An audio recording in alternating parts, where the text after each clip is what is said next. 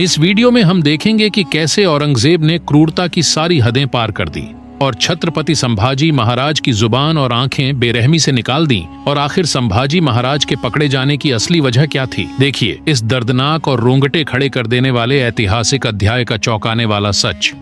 औरंगजेब का ध्यान अपने सबसे बड़े दुश्मन छत्रपति शिवाजी महाराज के बेटे छत्रपति संभाजी महाराज पर था। औरंगजेब छत्रपति संभाजी महाराज को पकड़कर भयंकर यातनाएं देना चाहता था। औरंगजेब बीजापुर पहुंचा और दरबार लगाया। औरंगजेब ने धन का इस्तेमाल करके छोटे मराठा राज्यों को अपनी तरफ कर लिया। अब जीत बहादुरी से नहीं बल्कि सोची समझी तरकीब से हासिल की जानी थी। इसका प्रभाव यह हुआ कि मराठा बिखर गए और अपने भविष्य को लेकर अनिश्चित हो गए। अब औरंगजेब ने छत्रपति संभाजी महाराज को पकड़ने की योजना पर काम शुरू किया। उसने चेतावनी दी कि छत्रपति संभाजी महाराज जो रायगढ़ से किलों के बीच लगातार स्थान बदलते रहते हैं, उन्हें केवल मैदानी इलाकों में पकड़ा जा सकता है। उसने छत्रपति संभाजी महाराज को पकड़ने की योजना बनाई।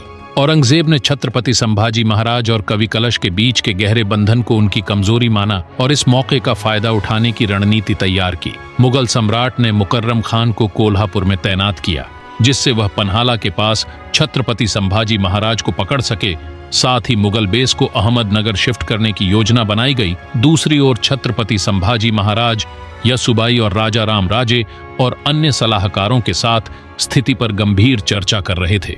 मुगलों ने कई अहम ठिकानों पर कब्जा कर लिया था और उनकी सेनाएं रायगढ़ की पहाड़ियों तक पहुंच चुकी थीं। उधर छत्रपति संभाजी महाराज अपनी रणनीति बना रहे थे। छत्रपति संभाजी महाराज ने कवि कलशजी को पुर्तगालियों और अंग्रेजों से बातचीत के लिए भेजा था, लेकिन उन्हें वहां से कोई मदद नहीं मिली। इस स्थिति में छत्रपति संभाजी महाराज ने निर्णय लिया कि वह 100 घुड़सवार के साथ पन्हाला जाएंगे।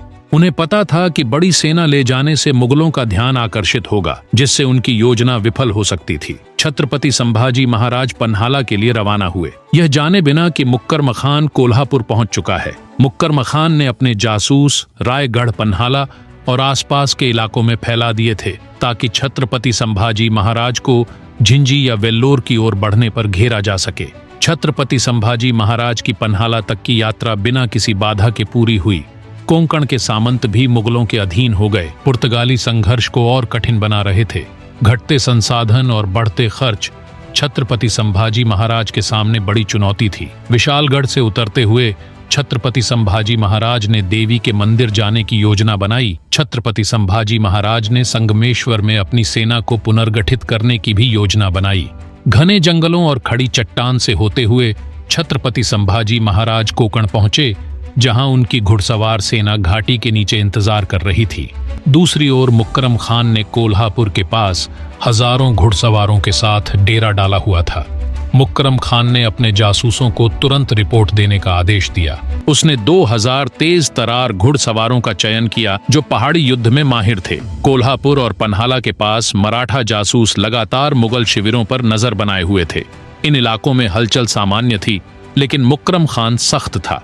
वह जानता था कि कोंकण और बेलगाव के पहाड़ी क्षेत्रों में भारी घुड़सवार सेना का उपयोग असफल साबित होगा। छत्रपति संभाजी महाराज देवूर पहुंच गए। इसी दौरान मुकर्रम खान को सूचना मिली कि पन्हाला से देवूर की ओर एक छोटी मराठा टुकड़ी जाती हुई देखी गई।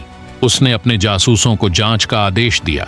इसी बीच मुकर्रम खान अपने 2000 वारों के साथ संगमेश्वर के जंगलों में छत्रपति संभाजी महाराज को फंसाने के लिए आगे बढ़ रहा था।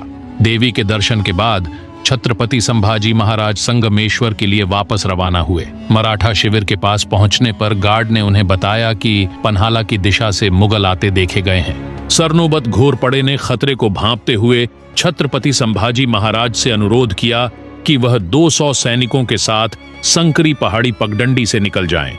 लेकिन तभी छत्रपति संभाजी महाराज को पता चला कि कवि कलश पास की पहाड़ी पर अब भी अनुष्ठान कर रहे थे। चेतावनी के बावजूद छत्रपति संभाजी महाराज उन्हें लाने के लिए वापस लौटे।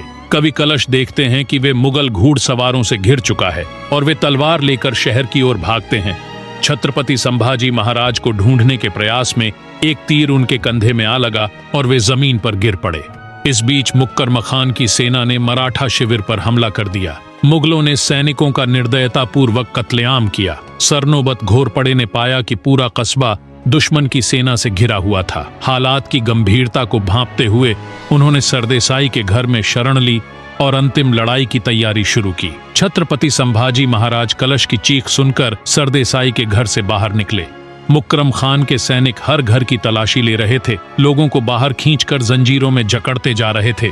जब मुकरम खान की नजर छत्रपति संभाजी महाराज पर पड़ी, मुकर्रम उन्हें घने जंगलों से ले गया ताकि मराठा सेना को कोई चेतावनी न मिले। उधर औरंगजेब छत्रपति संभाजी महाराज के आगमन की तैयारी कर रहा था। जब कैदियों को किले में लाया गया तो उनकी गरिमा छीन ली गई। छत्रपति संभाजी महाराज और कवि कलश को मस्कारे जैसे कपड़े पहनाए गए। ढोल और गालियों की गूंज के बीच भी छत्रपति संभाजी महाराज और कवि कलश को औरंगजेब के सामने पेश किया गया। इस वीडियो का पार्ट 2 चाहिए तो कमेंट में छावा जरूर लिखिए।